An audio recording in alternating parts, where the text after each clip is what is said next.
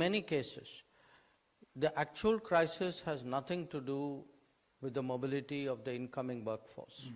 I mean, if there are concerns, let us say, in the United States or even in Europe, it is because they very consciously and deliberately over the last 2 decades allowed their businesses to relocate. You know, that was their choice, it was their strategy. So if there is pressure on jobs in many of the developed countries, the pressure on jobs is less because people came in those sectors. It is more because they allowed manufacturing to go out, and you know where. Yeah. So I think they have to find ways of fixing it, and many of them are, you know, because if you see, it isn't only about concerns about immigration or mobility. It is also about loss of jobs and about recreating manufacturing and pulling back, you know, what was allowed to leave over many decades. So I can't give you a simple answer to it, but the part which concerns us is to convince them that mobility, the use of talent across boundaries, is to our mutual benefit, that they would be net losers if they actually erect too many roadblocks to the flow of talent. And particularly if you move into an era of advanced manufacturing, if, you know, this will be, you will need more talent, not less talent. Yeah. And talent cannot be organically developed at a high rate. You know, there is a certain structural impediment out there. So, and in their own societies, you can see the tension. You know, often the people in the forefront of entrepreneurship and technology would actually make the case for mobility. It is the people who I would say have a certain political base or a constituency to address who may oppose it. And they will probably reach some modus vivendi there. So some kind of a new balance between the economic and political should be worked out. Will be, I mean, well, yes, but also some kind of new balance between the mobility of people and the mobility of work. You know, if it becomes harder for people to travel, you know, the work's not going to stop, okay?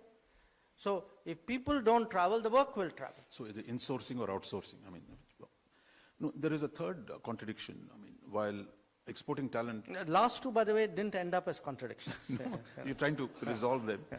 But third one is really, you know, is one thing to export talent, but you also, your domestic needs for the same talent are also growing as you try to do more manufacturing, more advanced technologies, more medical doctors. In every field where migration we've seen grow, there are also domestic needs, and I already see the government talking about returnees or facilitating some talent coming back. So where do you see this tension playing itself out? I mean, you know, I don't want this to seem political, but this is actually a statement of fact. As a sort of a sweeping proposition, the number of educational institutions in this country in the last 10 years have doubled over what they were in the 60 odd years they were before that. What actually happened was after the first spurt, we somewhere plateaued. I mean, you and I are of the same generation. Probably when we left school, there were 5 IITs in the country. Till when we hit the middle age, there were still 5 IITs in the country. You know, the manner in which, I'm just using IIT as a shorthand, I mean, don't take it literally. But the manner in which, let us say, our engineering schools, our technical schools, our medical schools, our nursing institutions, I mean, take whichever field. We didn't see, you know, if you had a certain growth rate, if you know, it made common sense your capacities should have paralleled the growth of your economy. It didn't happen. So it's actually been, in the last 10 years, there's been this huge emphasis on increasing capacity. And why I say that to you is, you are not going to solve this problem, this apparent contradiction you refer to. You can't tell people don't go out to work. It's a freedom of movement. No, you know, we're a democratic society. They have a freedom to travel. If they get better prospects, of course they will look at it. The common sense thing is to create opportunities at home. To create opportunities at home, you need to address both the demand side and the supply side. The supply side means you've got to, you know, keep increasing your output of skilled and talented people. And the demand side would be, unless you are able to post, you know, sustained high growth rates, you're not going to be able to, you know, find opportunities for their employment and retention. One way of actually resolving this dilemma is also, as I said, strengthening the talent base in the country. That also, we've seen some foreign universities come in here. I mean, I think for many countries, it makes sense rather than drawing students in to set up universities in India. Absolutely. But is there enough reform from the government side to actually facilitate foreign universities operate here and create skill? You know, again, it's interesting.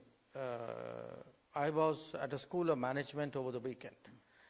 And because I was there, I looked into the history of that institution and saw the foreign collaboration with which it started. This was, by the way, the Indian Institute of Management in Calcutta. The first one in the country. Yeah, the first one in the country. You know, the initial phase when institutions were created in this country actually had a lot of foreign collaboration. Most of your original IITs, for example, had partners. Many of the agriculture universities had partners. The management institutions had partners. Then this plateau phase, where actually there was relatively little creation. Also the protectionist phase? Yeah, it was also the protectionist phase. I don't think the two, it was not a coincidence. So what we have now done is we've actually liberalized, because again, as I said, like talent can move out or work can come in. We have today close to 1 million foreign students, 1 million Indian students studying abroad, 1 million. You know, why is that? Does it not make sense actually to liberalize the educational environment so that the universities come in? You know, it's cheaper, it's effective, we stand to benefit. You know, there's a very powerful logic, and it's happening now. I mean, we've had actually, I think it began with a few Australian universities. I know a number of British universities have come in, including one fairly close in the National Capital Territory, National Capital Region. And I see many more happening.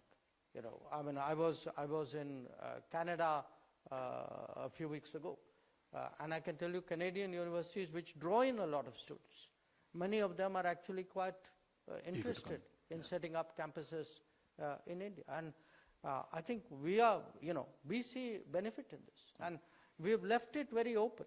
You know, they can come in on their own, they can come in collaboratively, they can do double degrees, they can do brownfield. I mean, it's up to them to figure out.